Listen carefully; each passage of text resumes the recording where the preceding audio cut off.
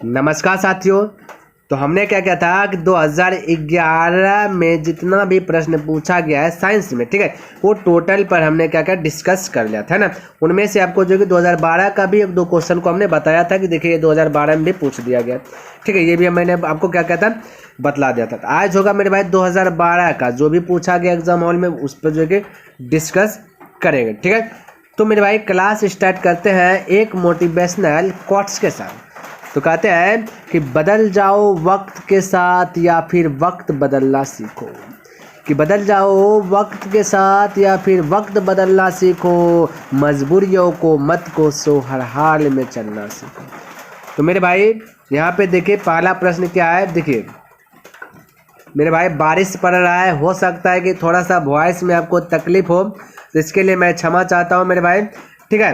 क्योंकि हमने जो कि टारगेट ठाना हो कि प्रत्येक दिन आपको बताना है, एक अपडेट जो कि देना है, तो उसके लिए बारिश पड़े या कुछ भी हो हमें क्या करना है, अपलोड करना है। थोड़ा बहुत दिक्कत होगा, कोई दिक्कत नहीं मेरे भाई, है ना। चलिए देखिए कहता है कि पायरुवेट के विखंडन से कार्बन डाइऑक्साइड जल तथा ऊर्जा देता है और यह क्रिया किसमें होती है। ऑप्शन ए कोशिका द्रव, माइटोकॉन्ड्रिया, हरित लवक, कोई नहीं। तो मेरे भाई इसका आंसर क्या होगा, राइट फटाफट बोलिए। तो होगा ऑप्शन बी करेक्ट, यानी कि माइटोकॉन्ड्रिया। क्या हो जाएगा, माइटोकॉन्ड्रिया, ठीक है। चलिए आगे देखिए कहता है कि निम्न में से कौन सा पदार्थ लेंस बनाने के लिए प्रयुक्त नहीं किया जा सकता है। यानी कौन सा ऐसा पदार्थ है जिसको लेंस जो बनाते हैं, कोई भी लेंस बनाते हैं उसमें उसका उपयोग नहीं करते हैं, ये बता दो, ठीक है। तो बिल्कुल घबराना नहीं। देखिए ऑप्शन ए जल, कांच, प्लास्टिक और मिट्टी। तो मेरे भाई इसका राइट आंसर क्या होगा, right answer option number D हो जाएगा, मिट्टी होगा मेरे भाई। क्योंकि मिट्टी ही एक ऐसा है जो कि कोई भी लेंस बनाएगा तो मिट्टी का उपयोग कर ही नहीं सकते, नहीं करते हैं। जल का उपयोग करते हैं, है ना, कुछ पानी लेता है, कुछ कांच लेता है, कुछ प्लास्टिक, ये सब का उपयोग करते हैं, लेकिन मिट्टी का उपयोग नहीं करते हैं, ठीक। चलिए 3 नंबर प्रश्न की बात करें तो देखिए 3 नंबर आपका क्या दिया गया, समझिएगा।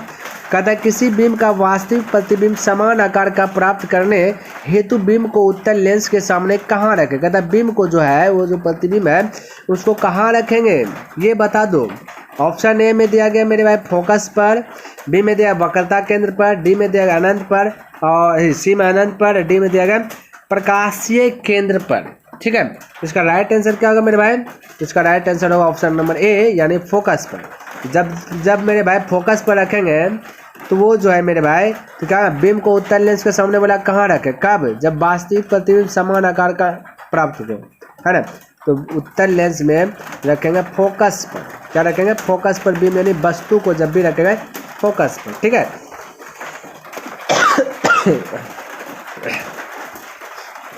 देखिए नेक्स्ट प्रश्न क्या दिया गया।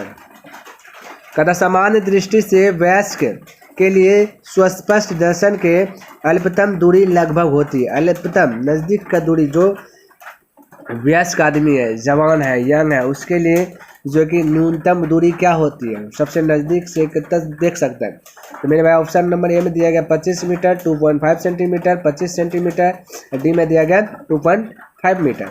इसका राइट आंसर क्या होगा, राइट ऑप्शन नंबर सी हो जाएगा, यानी 25 सेंटीमीटर जो है कि आप नज़दीक तक जो कि आसानी से देख सकते हैं। 25 सेंटीमीटर से जैसे 24 हो जाएगा, 23 हो जाएगा, 20 हो जाएगा।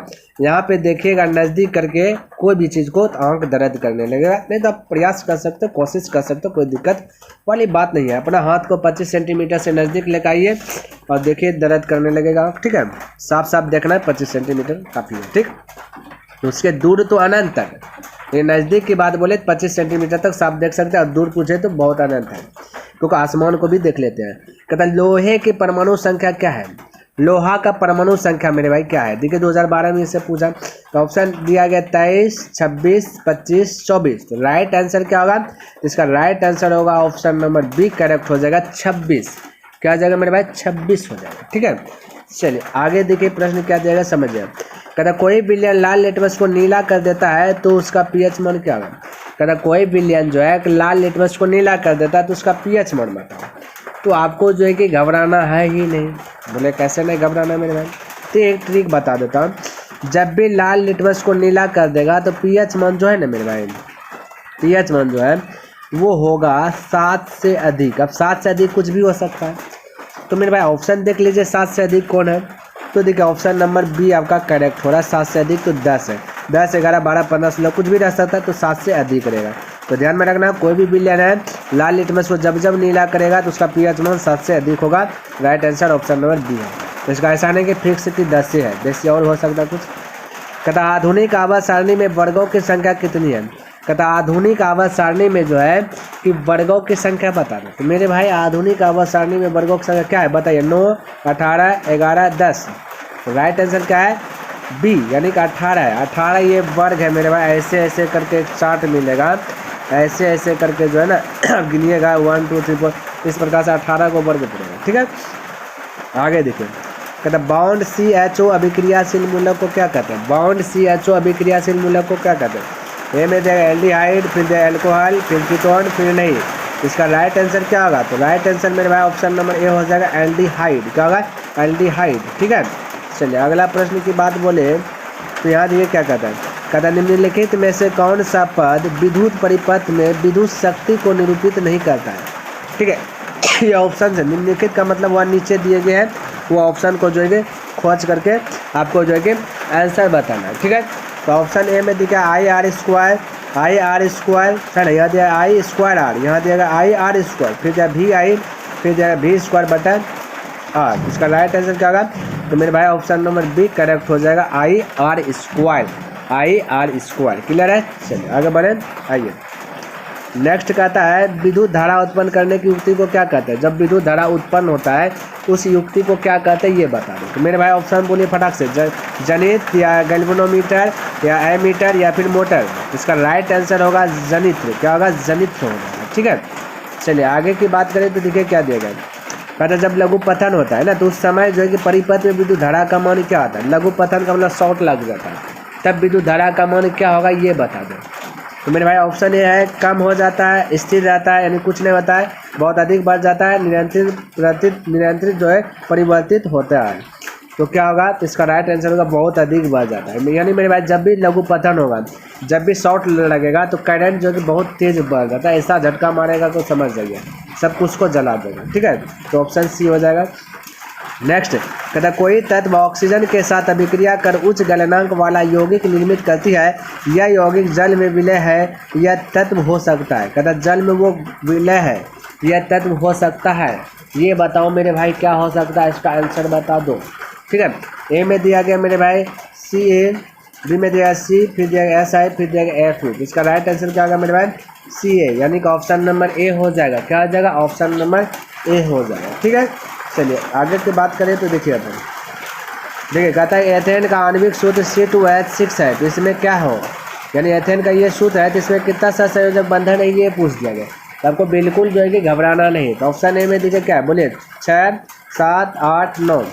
तो मेरे भाई इसका क्या होगा राइट आंसर हो जाएगा 7, यानी कि ऑप्शन नंबर बी करेक्ट हो जाएगा। ठीक है, चलिए आगे की बात करें तो देखिए यहाँ पे कहता ओजोन के अणु में ऑक्सीजन के परमाणु संख्या होती है, यानी ओजोन के अणु में ऑक्सीजन की परमाणु संख्या बोलिए 1, 2, 3, 4। क्या होगा राइट आंसर। तो राइट आंसर मेरे भाई ऑप्शन नंबर सी हो जाएगा 3 हो जाएगा। क्या हो जाएगा सी हो जाएगा, क्योंकि ओजोन का सूत्र होता है O3, तो परमाणु संख्या ये 3 हो जाएगा। ठीक है, चलिए आगे की बात करें तो यहाँ पे देखिए 15 नंबर कहता मनुष्य वृक्का के तंत्र का भाग है जो संबंधित है। किससे संबंधित है, ये तंत्र एक तंत्र का भाग है तो वृक्का संबंधित किससे है, ब्रिक है मेरे भाई। क्या है ब्रिक। पोषण, श्वसन, उत्सर्जन या परिवहन ये किससे संबंधित है ये आपको जो बताना। फटाक से बताया इसका राइट आंसर क्या होगा। फटाक से मेरे भाई क्या होगा, इसका राइट आंसर हो जाएगा सी, यानी कि उत्सर्जन से। ठीक है, क्या हो जाएगा उत्सर्जन। आगे देखिए 16 नंबर कहता पराग कोष में होते हैं। पराग कोष में क्या होते हैं ये बता दो। तो आपको बिल्कुल घबराना नहीं। ऑप्शन ए में बाह्य दल या अंडाशय या अंडक या परागकण। तो बोलिए मेरे भाई इसका राइट आंसर क्या होगा, फटाफट बोलिए इसका राइट आंसर क्या होगा। ऑप्शन नंबर डी हो जाएगा, नहीं परागकण हो जाएगा। क्या हो जाएगा परागकण हो जाएगा। ठीक है, चलिए मेरे भाई आगे की बात करें तो यहाँ पे देखिए प्रश्न नंबर 17 कहता विकासीय दृष्टिकोण से हमारी किस से जो है कि अधिक समानता है। विकासीय दृष्टिकोण से हमारे किससे अधिक समानता है। ठीक है, ऑप्शन है चीनी के विद्यार्थी, चिंपैंजी या मकड़ी या जीवाणु। मेरे भाई देखिए विकासीय दृष्टिकोण से बोला हमारी हम लोग का जो कि अधिक समानता किससे मिल रहा है। तो मेरे विकासीय दृष्टि जो विकास देश है उसके बारे में बोला है। तो चीनी के विद्यार्थी, चीनी का जो विद्यार्थी है ना उसी के तहत जो कि हम लोग का अधिक जो कि समानता मिल रहा है। चिंपैंजी के तरह थोड़े ना होगा, मकड़ी के तरह थोड़े ना होगा, जीवाणु के तरह थोड़े ना होगा। हम लोग का समान, हम लोग का चेहरा मकड़ी तरह है, चिंपैंजी तरह है या जीवाणु तरह है मेरे भाई। जो विद्यार्थी है, स्टूडेंट जो वैसा है ना। ये क्वेश्चन मेरे भाई किताब में जो कि अधिकतर गलती रहता है, ध्यान में रखना। और ऐसा टाइप का करके पूछ जाता है, ऑप्शन बदल करके, और ऑप्शन दे आंसर जो कि चिंपैंजी दिया जाता है, जो कि ये आपका करेक्ट नहीं है। आपका राइट होगा मेरे भाई ऑप्शन नंबर 1 करेक्ट हो जाएगा। जो भी विकासीय दृष्टिकोण से बोलेगा मेरे भाई तो ध्यान में रखना। तो आपको क्या दिया गया उस पर आधारित जो छांटना, ये तीनों तो कदापि हो ही जाएंगे, ठीक है। चलिए तो मेरे भाई 18 नंबर प्रश्न देखिए। ये मेरे भाई देखिए 2014 में भी पूछा गया है, ठीक है। तो कहता है मुकुलन द्वारा अलैंगिक जनन किसमें होता है, ये बता दो। तो मुकुलन द्वारा अलैंगिक जनन ऑप्शन ए है अमीबा में, ईस्ट में, प्लाज्मोडियम में या लेशमानिया में जो है।